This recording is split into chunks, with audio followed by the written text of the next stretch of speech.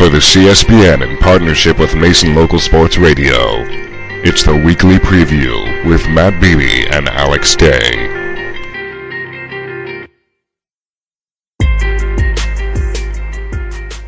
Welcome to this edition of the Weekly Preview. This is Alex Day alongside Matt Beebe.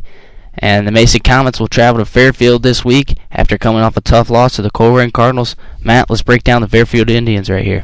Well, they're 2-4 overall this year with an 0-3 record in the GMC, but they only lost last week to Sycamore 48-41, who are 5-1 this year. Fairfield started off 2-0, but now they're currently ranked 8th in the GMC. But on a good note, they're leading the GMC in passing yards with 155 yards per game, and last week against Sycamore they had 454 yards. On the defensive side, they're a little shaky, ranking 8th in the GMC, allowing 331.3 yards per game, and the rush defense isn't very good, allowing 217 rushing yards per game. In their pass game, they're allowing about 114 pass yards per game. Well, on a positive note is that offensive side of the football, and the offensive side of the football is led by quarterback number 1, Miles Harris, the senior. He's first in the GMC with passing yards with 735 and 8 touchdowns. He has a completion percentage of 58.7, and he's also the second leading rusher on the team with 60 attempts for 121 yards with 1 touchdown.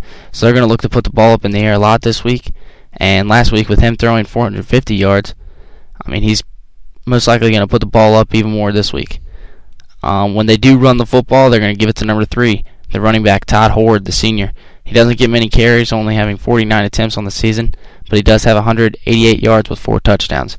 So when they do put the ball on the ground, look for number 3 to be running it.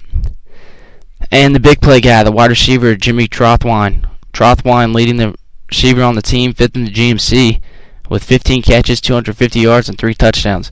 So not a significant amount of catches, but a lot of yards. A lot of averaging 16.7 yards per catch. He's going to be the big play guy. So look for him when the Fairfield Indians look to put the ball up in the air deep.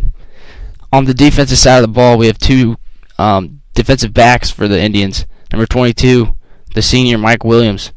Best player on their defense. Williams is 4th in the GMC with 3 total sacks and 43 total tackles on the season, along with 2 interceptions. So he's an all-around guy. He'll blitz and get to the quarterback, or he'll drop back and pick one off. And finally, the number 4, the defensive back, Jordan Adams, 20.5 tackles on the season with 2 sacks. So he's also a guy that's pretty significant on that defensive side of the ball for the Indians. And Matt, let's give your keys to the game. Beebe's keys.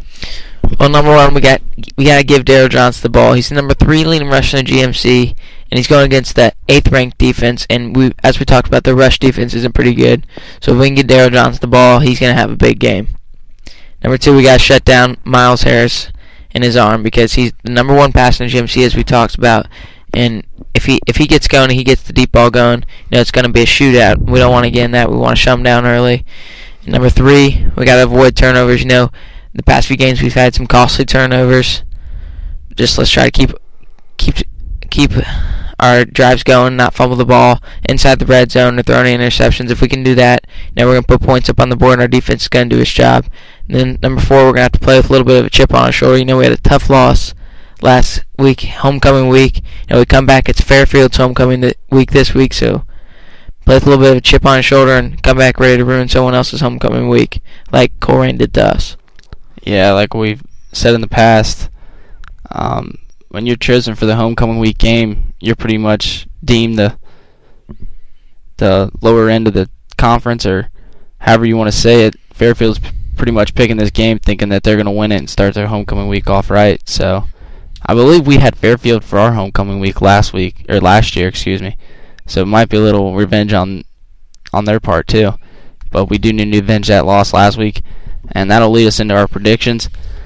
I'm saying after last week's bitter loss to start to homecoming, the Comets will improve to 4-3 on the season this week.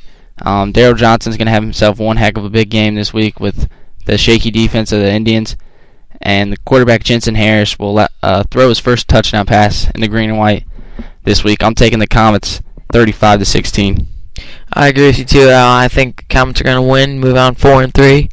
I think the Comets are going to come out angry and ready to play after last week, ready to prove something. And I think Daryl Johnson's going to have a huge game. The Comets are going to pull one out 31-21. Well, that is going to conclude this episode of the Weekly Preview. On behalf of Matt Beebe, this is Alex Day. We invite you to listen to us live, Mason.Local Sports Radio. Friday night, we will be in attendance at the game. So if you can't make it out, be sure to tune in, Mason.Local Sports Radio. Kickoff is at 7:30.